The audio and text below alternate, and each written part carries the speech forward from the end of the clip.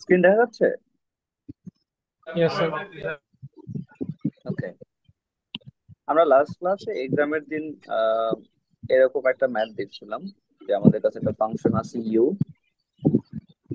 This is our u. আর আমাদের যেটা করতে হবে সেটা হচ্ছে ফার্স্ট প্রুফ করতে হবে u is harmonic. And second কোশ্চেনটা বলতেছে যদি এফ একটা ফাংশন হয় যেটা হচ্ছে u plus i v, f ফাংশনটার রিয়েল পার্টটা হচ্ছে ইউ, ইমাজিনারি পার্ট ভি। এই ফাংশনটা যদি অ্যানালাইটিক হয় তাহলে আমাদের বের করতে হবে ভি ফাংশনটা কি হবে। তো এরকম টাইপের একটা কোশ্চেন থাকবে সব সময় মিড টার্মে, কাইন্ড অফ ভেরি কমন। হয়তো এই ফাংশনটা মানে এইটা চেঞ্জ হতে পারে, এটা হয়তো চেঞ্জ হবে, বাট এই টাইপের একটা কোশ্চেন থাকে অলওয়েজ। তো এটা একটু আর এটার ম্যাথটা করা খুবই ইজি, খুবই স্ট্রেট ফরওয়ার্ড, কিছু প্রসেস ফলো করলেই করতে পারবে। বাট সেজন্য আবারও বলতেছি আমাদের ডিফারেন্সিয়েশনটা ভালোভাবে আবার রিকল করতে হবে, ইন্টিগ্রেশনও সেম আবার ভালোভাবে রিকল করতে হবে, বিকজ এই দুইটাই আমাদের লাগতেছে। শুধু এই ম্যাথটা করার জন্য না, ফুল কমপ্লেক্স অ্যানালাইসিসে আমরা যে পরের পার্টটা যে আমাদের আছে যে ইন্টিগ্রেশন, এই পুরো ইন্টিগ্রেশনের পার্টটাতে হচ্ছে আমাদের এই ডিফারেন্সিয়েশন ইন্টিগ্রেশন দুইটাই খুব ভালোভাবে পড়া লাগবে। আদারওয়াইজ কমপ্লেক্স ইন্টিগ্রেশন করতে গেলে প্রবলেম হবে, প্রবলেম ফেস করবেন। তো ফার্স্ট কোশ্চেনে বলতেছে to prove that u is harmonic. তো কোনো একটা ফাংশন আমরা কিভাবে হারমোনিক প্রুভ করি? What you need to prove, you need to find the value del s square u del x square plus del s square u del y square। তো আমাদের এই ভ্যালুটা বের করতে হবে এবং দেখাতে হবে এই ভ্যালুটা জিরো হয়ে যায়, বিকজ এই ভ্যালুটা জিরো হলেই তখন আমাদের ফাংশনটা অ্যানালিটিক বা হারমোনিক প্রুফ হয়ে যাবে। ঠিক আছে? তো এইটা দরকার আর এটা দরকার, দুটাকে সাম করতে আর পারলেই হয়ে এটা যাবে। অলরেডি করানো হয়েছিল না?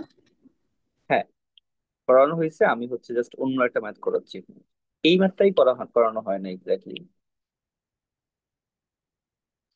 একটা একটা ক্লাসে করানো হয়েছিল। এই 12 সেকশন হচ্ছে 22 তে করানো হয়েছিল, আর বাকি সেকশন গুলোতে করানো হয় নাই। সো তাহলে আমাদের যেটা করতে হবে যে del square u del x square, এটার ভ্যালু হচ্ছে del x del u del x. হ্যাঁ, so what is del u by del x? তাকে এক্স এর রেসপেক্টে যদি ডেরিভেটিভ করি তাহলে আমরা যেটা পাবো, তো del u by del x হচ্ছে 6xy প্লাস 4x। তো এটাকে যদি আবার ডেরিভেটিভ করি তাহলে আমরা পাবো 6y প্লাস 4। অ্যাগেইন আমরা যদি del square u del y square বের করতে চাই, তার মানে হচ্ছে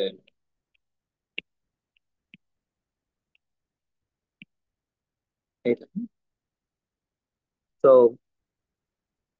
del u by del y, তাকে ওয়াই এর রেসপেক্টে ডেরিভেটিভ করতে হবে, তার মানে আসবে 3x square minus 3y square minus 4y। এরপর এটাকে আবার এক্স এর রেসপেক্টে ডেরিভেটিভ করলে আসবে -6y - 4। তো এখন দেখতেই পাচ্ছেন যে আপনি যদি del square u del x square plus del square u del y square এটা করি, এখানে আসবে 6y+4, আর এখানে আসবে -6y - 4, and which is basically 0। তার মানে যেটা হচ্ছে যে del square u del x square plus del square u del y square, this is actually 0। তো প্রুভ হয়ে গেল যে ইউ হচ্ছে আমাদের হারমোনিক। ওকে, এরপর সেকেন্ড কোশ্চেন। তো সেকেন্ড কোশ্চেনটাতে আমরা কি দেখবো, আমাদের ইউ দেয়া আছে, ভি বের করতে হবে, এন্ড এফ হচ্ছে অ্যানালাইটিক। যেটা ইউজ করব সেটা হচ্ছে যদি আমাদের এফ হারমোনিক হয়, তো আমরা এখানে বলবো since f is harmonic f harmonic থেকে আমরা কি পাচ্ছি?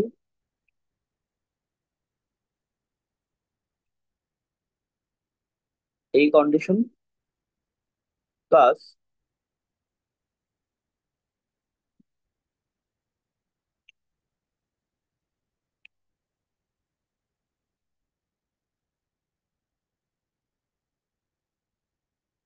তো এই দুটা কন্ডিশন কি হতে হবে?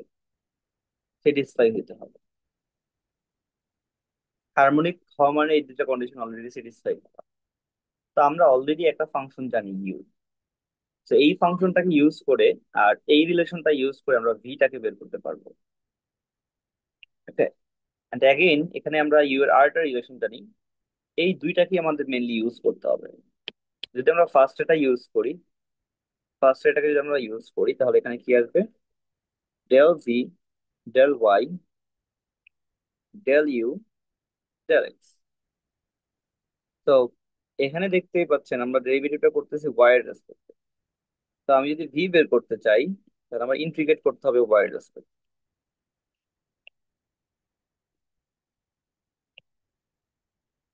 আচ্ছা। তো ওয়াই এর রেসপেক্টে ইন্টিগ্রেট করার পর এখানে আমরা একটা নর্মালি কনস্ট্যান্ট লিখি।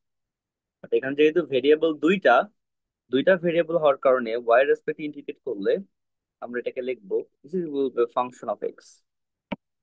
কারণ এক্স এর যত ফাংশন আছে এটা সবাই ওয়াই এর রেসপেক্টে কনস্ট্যান্ট। দ্যাটস ওয়াই ভি হবে এরকম। এবার del u by del x, আমরা del u by del x এর ভ্যালু কত পাইছিলাম? 6x plus Y plus 4x। 6xy plus 4x। তো এটাকে আমরা ইন্টিগ্রেট করবো ওয়াই এর রেসপেক্টে, আর এখানে আসবে একটা এফ হবে। সো ওয়াই রেসপেক্টে ইন্টিগ্রেট করবো 3x² 4xy।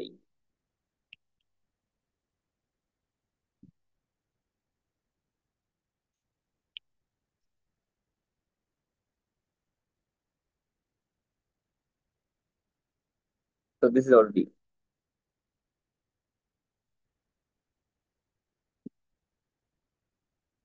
সো এখানে গেলে একটা এই ইকুয়েশনটা হলো, মানে এটা আমরা ইউজ করছি। বাট স্টিল আমাদের এই এফ ফাংশনটা আননোন। দ্যাটস ওয়াই আমরা যেটা করব, এখানে অন্য যে আননোনটা আছে ইকুয়েশন সেটা আমরা ইউজ করবো। So del u by del y equal minus del v by del x.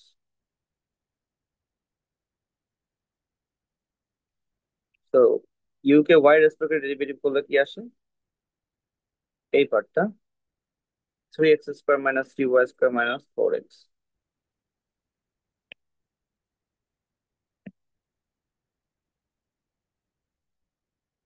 Sorry 4y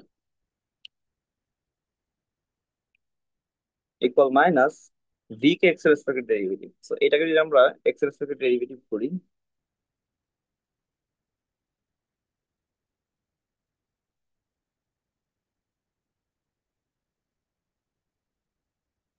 তাহলে কত আসবে এখানে?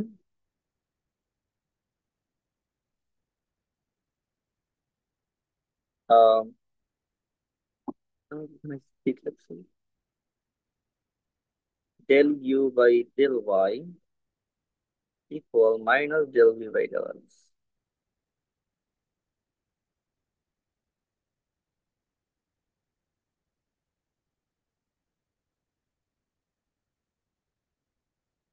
তো del u by del Y.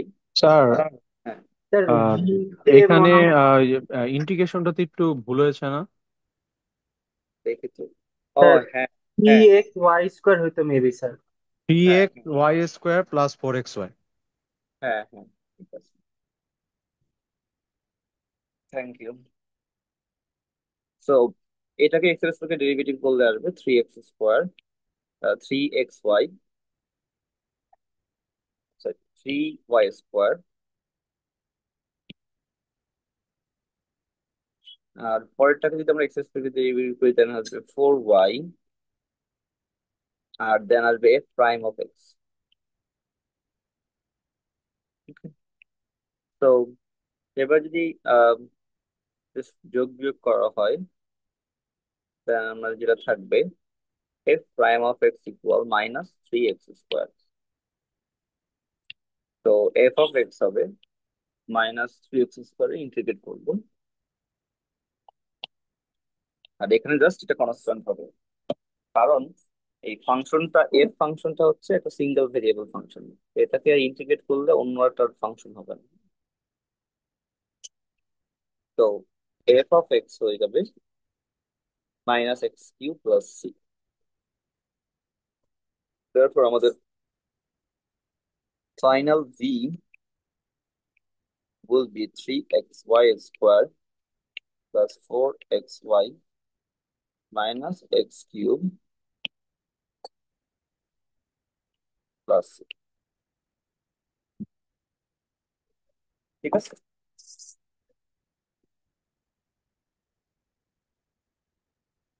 এখানে কার কোনো কোশ্চেন আছে?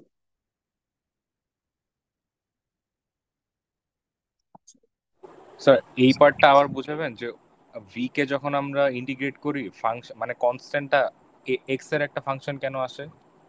আচ্ছা, নর্মালি আমরা কনস্ট্যান্ট লিখতে চাই, তাই না? ইউজুয়ালি ইন্টিগ্রেশন করার পর একটা কনস্ট্যান্ট অ্যাড করি না?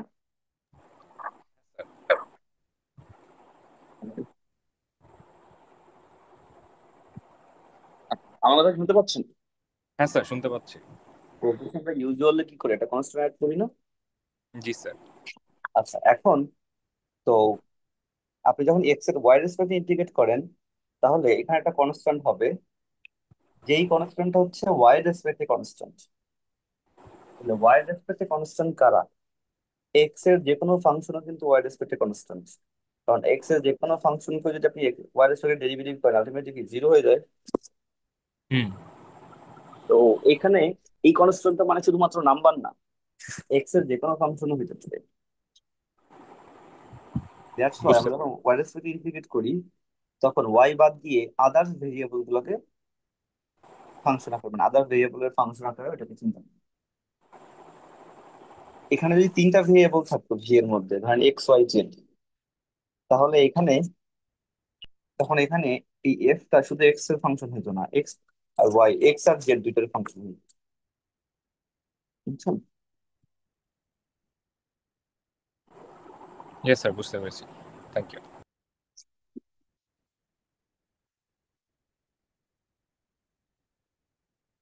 আচ্ছা, আমাদের তো এল হসপিটাল গুলোর কথা মনে আছে, মনে আছে? স্যার আগের পেজটা একটু দেখানো যাবে?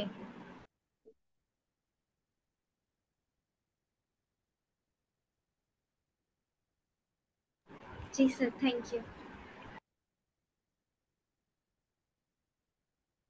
তো আমরা এল হসপিটাল রুল পড়ছিলাম আমরা হচ্ছে ইয়াতে, ম্যাথ 110 ক্যালকুলাস করছি। তো এল হসপিটাল রুলটা কি ছিল? সাপোজ আপনাকে এরকম একটা লিমিট বের করতে বলা হয়েছে, x tends to f of x divided by g of x। তো যদি আপনি এই এফ এর ভিতরে এ বসায় দিলে জিরো হয়ে যায়, অ্যান্ড জি এর ভিতরে এ বসায় দিলে জিরো হয়ে যায়, মানে এই এটা এখানে বসায় দিলে উপরেরটাও জিরো নিচেরটাও জিরো, তার মানে 0/0 এরকম ফরম্যাট আছে, অর ∞/∞ এরকম ফরম্যাট আছে। এই দুইটা যদি যে কোনো একটা ফরম্যাটের মধ্যে পড়ে যায়, তখন আমরা বলতে পারবো যে এই লিমিটটা আসলে এই লিমিটের সমান।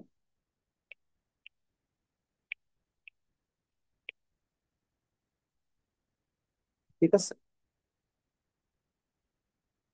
সিমিলারলি এখানেও যদি আবার যদি দেখেন যে এর ভ্যালুটা এখানে বসানোর পর জিরো হয়ে যায়, এখানে বসানোর পরও এইটুকু জিরো হয়ে যায়, সেক্ষেত্রে আমরা আবার আরেকবার ডেরিভেটিভ করে জিরো বসাতে পারবো।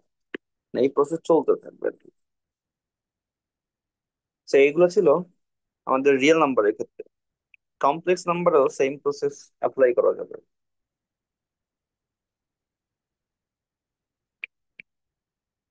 ফর এক্সাম্পল আমরা এই লিমিটটা বের করতে চাচ্ছি, limit Z tends to zero, Z square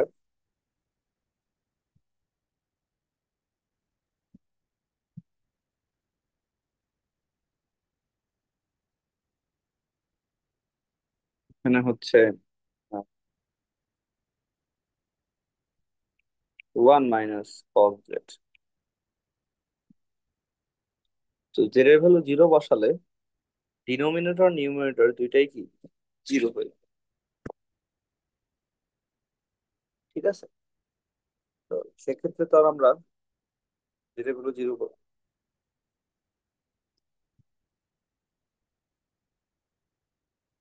তাহলে এক্ষেত্রে আমরা যদি লিমিট ইউজ করি,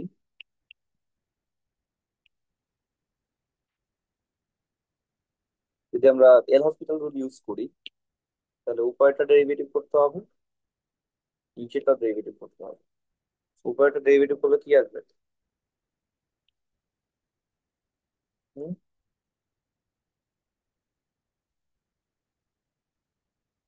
1 - cos z ডেরিভেটিভ করলে কি সাইন জেড আসবে, আর নিচে two z z square derivative করলে কি টু জেড আসবে। এখন আবার দেখেন same, z tends to zero বসালে, জেড ইকুয়াল জিরো বসালে এটাও জিরো হয়ে যায়, এই নিচেরটাও জিরো হয়ে যায়। তার মানে আপনি আবার সেম ভাবে লিমিট অ্যাপ্লাই করতে পারবেন। তো এখানে যদি আবার সেম ভাবে লিমিট অ্যাপ্লাই করি, তাহলে এখন এটা হয়ে যাবে cos z, আর এখানে হয়ে যাবে টু। এখন দেখেন আপনি চাইলে যে ভ্যালুটা জিরো বসাই দিলে উপরে হয় ওয়ান, নিচে হয় টু, সো হাফ হয়ে যাচ্ছে আমাদের আনসার। ঠিক আছে, এটা কি বুঝতে পারছেন সবাই? পুরো আগের ম্যাথ যেগুলো আপনারা আগেই করছেন। আমরা এইটা আরেকটা ম্যাথ দেখি, z tends to e to the power I pi by three, z minus e to the power I pi by three.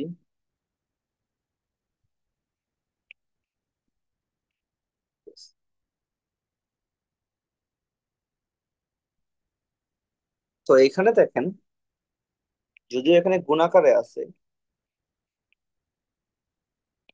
But আমরা যদি এভাবে চিন্তা করি,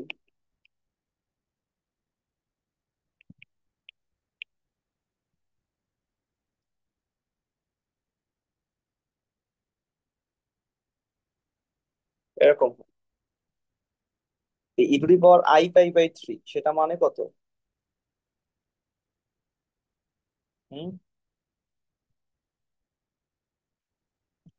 cos pi by three plus I sine pi by three. cos pi by three হলো কত?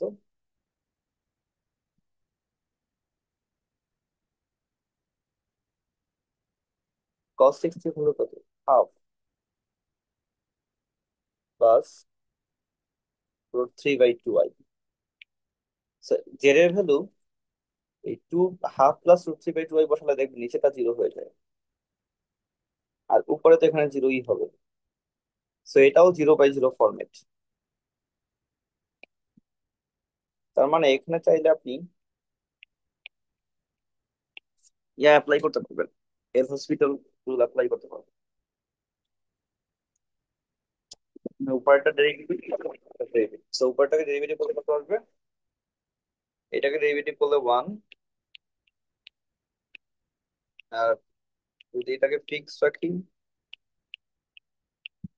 এই পার্টটাকে derivative করলে one, আর নিচে জেড কিউ এটা ডেরিভেটিভ করলে থ্রি জেড স্কোয়ার। এবার এখন দেখেন জেড ইকুয়াল, এটা বসাই দিলে উপরটা জিরো হয় না, কারণ এইটুকু জিরো হয়, এইটুকু থেকে যায়। সেই to the power I pi by three, আর নিচে হচ্ছে three times e to the power I pi by three square. So e to the power I pi by three divided by three times e to the power two I pi by three. So final answer হবে 1/3 e to the power minus I pi by 3। তো e to the power minus I pi by 3 মানে হচ্ছে cos minus pi by 3 plus I sin minus pi by 3। So এটা বসাইলে ultimately যেটা পাবে সেটা হচ্ছে half minus √3/2y। So this is our answer. Sir third লাইনটা আরেকবার একটু রিপিট করুন প্লিজ। কোনটা? Sir third line. এটা না স্যার, ওপর থেকে থার্ড লাইন। ও এটা ইয়েস স্যার। তো এইখানে দেখেন দুইটা আছে না, এটাকে ডেরিভেটিভ করব। সো প্রথমে আমরা হচ্ছে আম, এইটারে ডেরিভেটিভ করছি। এখানে দেখেন এইটুকু তো কনস্ট্যান্ট, তাই না? সো এটা ডেরিভেটিভ করা মানে কি আলটিমেটলি শুধু ওইটাই ডেরিভেটিভ করা না, জেড কে। Yes sir. তো এই জেড কে ডেরিভেটিভ করলে 1 হয়, আর এখানে জেড কে তো ফিক্স রাখলাম।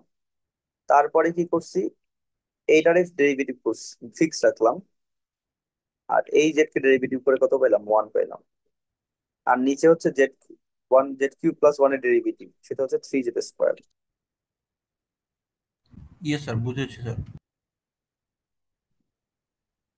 তো এরকম টাইপের লিমিট দেখলে ভয় পাওয়ার কিছু নাই। জাস্ট এই যেই পয়েন্টের দিকে যাচ্ছে সেটার ভ্যালু জাস্ট এখানে আপনাকে পোলার ফর্মে দেওয়া আছে, দ্যাটস ইট।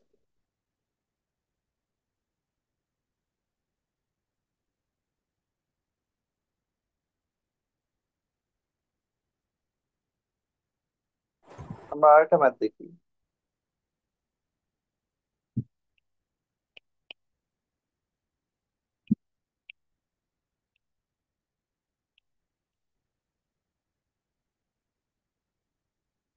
এই ম্যাথটা খুবই ইম্পর্টেন্ট, এই টাইপের ম্যাথ এক্সামে আসে।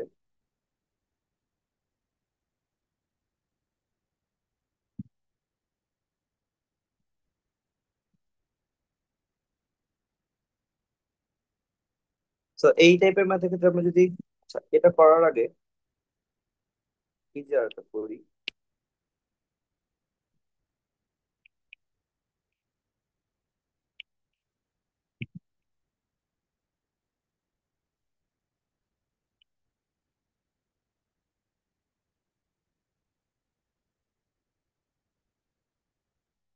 তো এখানে দেখেন, এখানে যদি আপনি জেড এর ভ্যালু 0 বসায় দেন, তাহলে উপরে নিচে 0 চলে আসবে। তো উপরেটা ডেরিভেটিভ করলে হচ্ছে 1 মাইনাস কস জেড, আর এখানে 3z²। তাহলে বাকি পার্টটা দেখেন, 1/3 যদি কমন নেই, তাহলে 1 মাইনাস কস জেড আর হচ্ছে z²। এইটা কিন্তু আমরা অলরেডি করে ফেলছি, যে আমাদের 1 নাম্বার ম্যাথটা এটা ছিল। এটার value ছিল হচ্ছে হাফ। সো এটার আনসার আসবে হচ্ছে হাফ, 1/3 টাইমস 1/2, 1/6 হয়ে যাবে answer.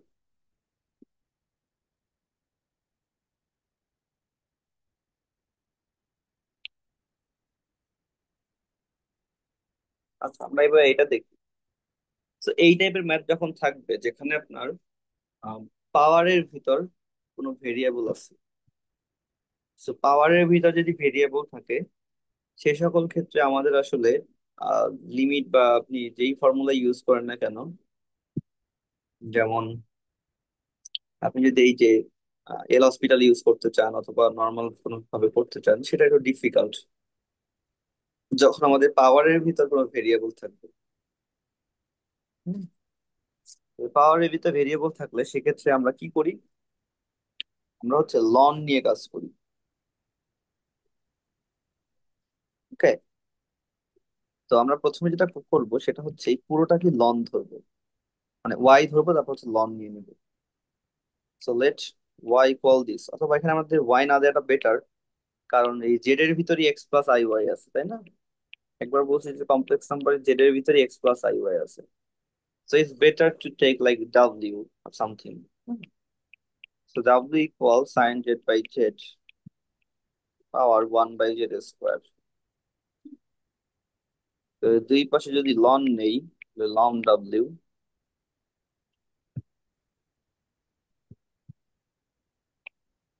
Sign z by z 1/z square.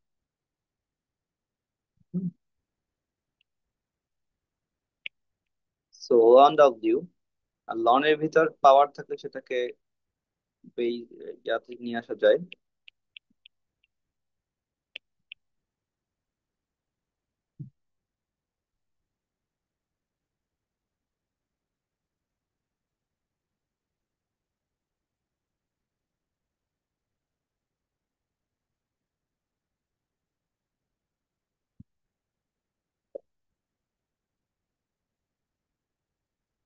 তো এবার আমরা যেটা করব, লিমিট নিতে হবে আমাদের। আমরা এখানে লিমিটটা নিব, limit z tends to zero. তো limit z tends to zero,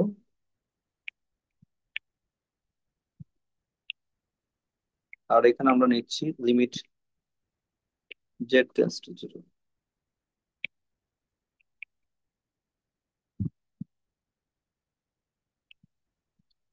এখানে দেখেন, যদি limit z tends to zero নেই, তাহলে এটাও জিরো হয়ে যায়, আর এটাও কি ওয়ান হয়ে যায়। বিকজ আমরা জানি সাইন জেড বাই জেড, যদি আপনি limit z tends to zero চিন্তা করেন, তখন এটা ভ্যালু কত আসে? ওয়ান আসে।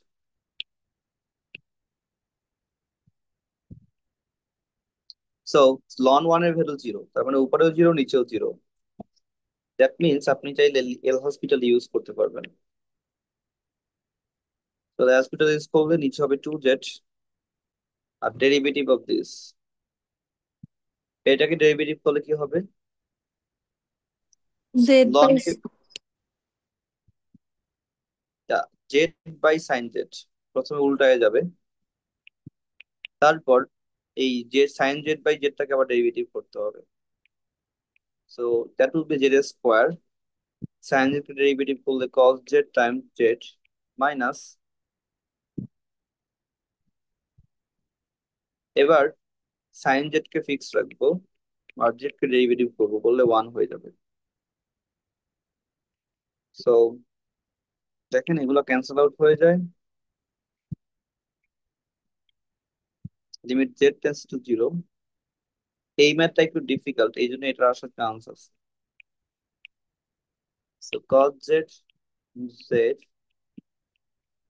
সাইন জেড, আর এখানে হচ্ছে two z square sine z. Sir আগের লাইনটা বুঝিনি স্যার। আগের লাইনটাতে হচ্ছে লন এর ইন্টিগ্রেশন কি, সরি লন এর ডিফারেন্সিয়েশন কি? লন সাইন জেড বাই জেড। তো এটাকে যদি আমরা একটা ভেরিয়েবল চিন্তা করি, সাপোজ লন ডাব্লিউ চিন্তা করেন, এটা ডেরিভেটিভ করলে কি ওয়ান বাই ডাব্লিউ হয় না? Yes sir. তো লনের এটাকে ডেরিভেটিভ করলে কি আসবে? এটা উল্টে যদি যাবে। ডাব্লিউ, তাহলে ডাব্লিউ তাহলে উল্টায় যাবে, তার মানে জেড বাই সাইন জেড হবে, তাই না?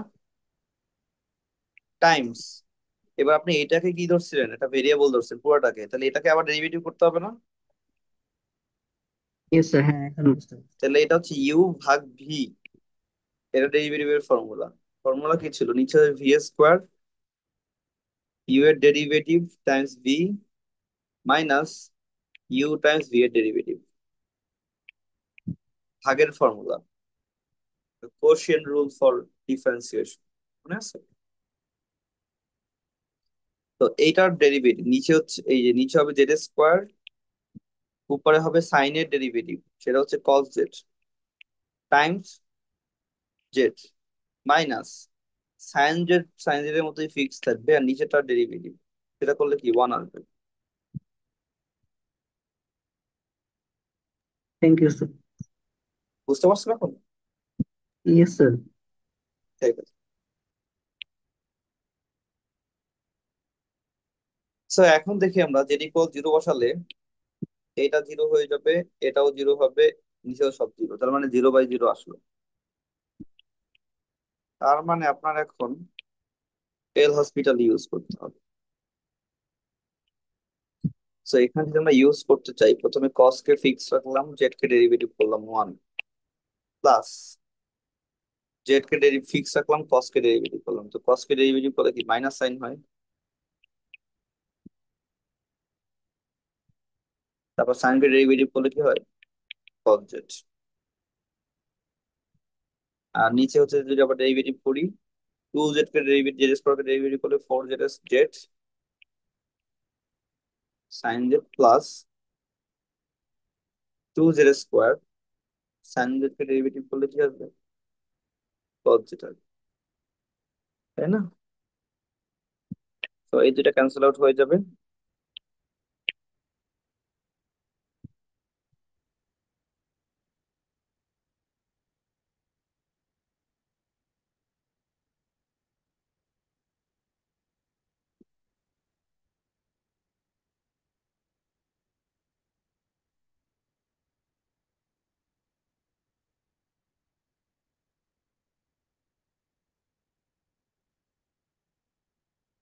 তো জেড ক্যান কমন নিয়ে জেড কাটাকাটি করে ফেলা যায় না? তো তাহলে উপরে থাকবে মাইনাস সাইন জেড, আর নিচে থাকবে কি 4 sin z plus 2z cos z।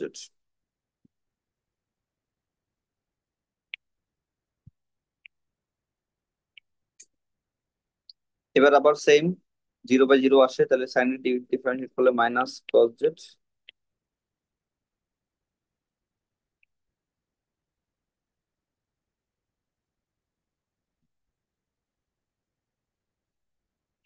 2 cos z plus cos এর ডেরিভেটিভ করলে minus sine.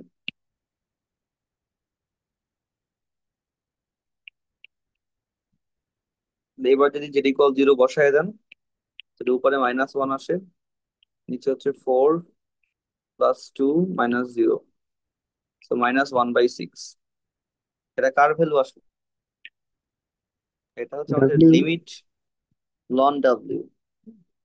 So this is limit z tends to 0 ln w equal -1/6। So W এর ভ্যালু কত আসবে তাহলে? ডাব্লিউ এর ভ্যালু আসবে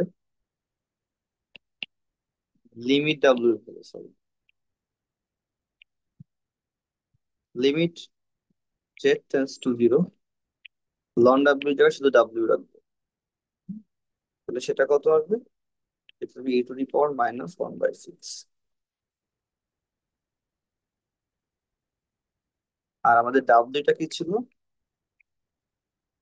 z টেন্স টু 0, ডাব্লিউটাই ছিল sign z/z Times 1/z²।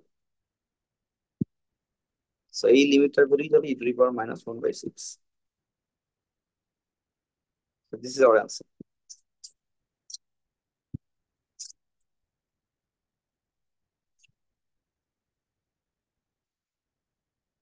Any question?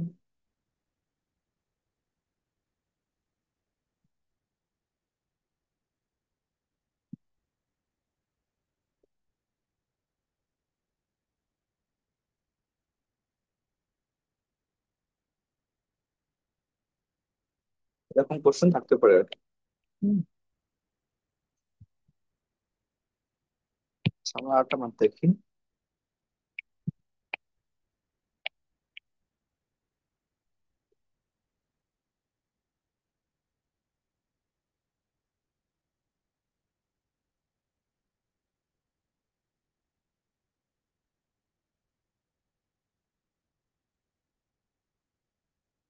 তো এখানে দেখেন পাওয়ারের মধ্যে ভেরিয়েবল আছে, তো সেম প্রসেস আমরা ইউজ করবো, যাদের ডাব্লিউ ইকুয়াল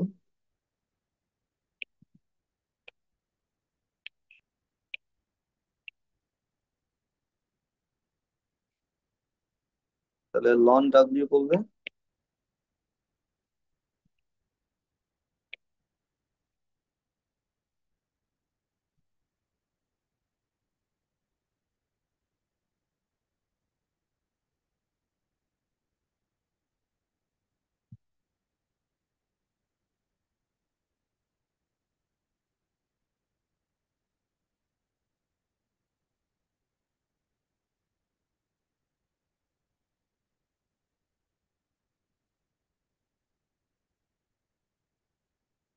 তো এখন দেখেন যদি এখন লিমিট নেই,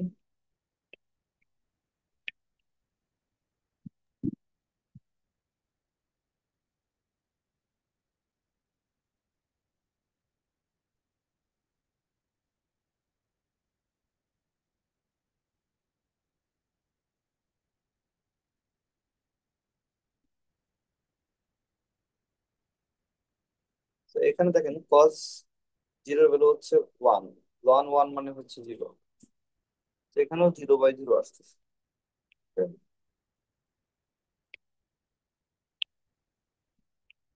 তো ওয়ান বাই লন ডেরিভেটিভ করলে কি হবে, 1/cos জেড, আবার কস এর ডেরিভেটিভ করলে মাইনাস সাইন জেড, আর নিচে হচ্ছে 2 জেড।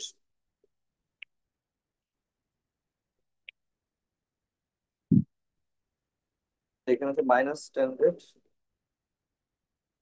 আর এখানে হচ্ছে 2 জেড।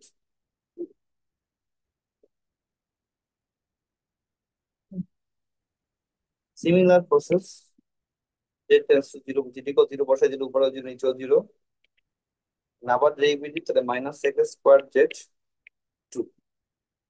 এবার দেখেন যে ভ্যালু জিরো বসাই দিলে -x ভ্যালু 1, এখন হচ্ছে 2 হয়।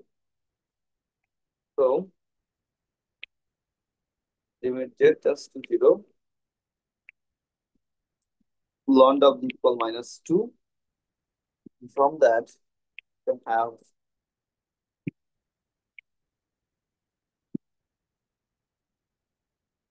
e to the power minus.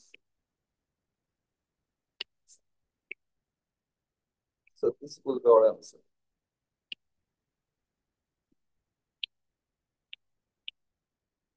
ঠিক আছে।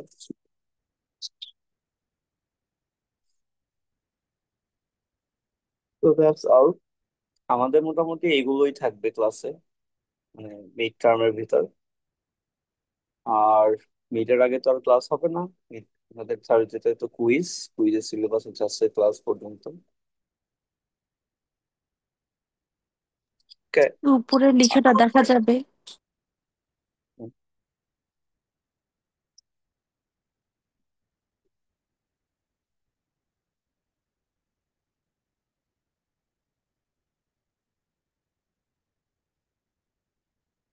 জি sir. Any question? Sir attendance নেওয়া হবে না? না, আজকে সবাইকে অ্যাটেন্ডেন্স দিয়ে দিব আমি। আর আরেকটা বিষয়, আচ্ছা,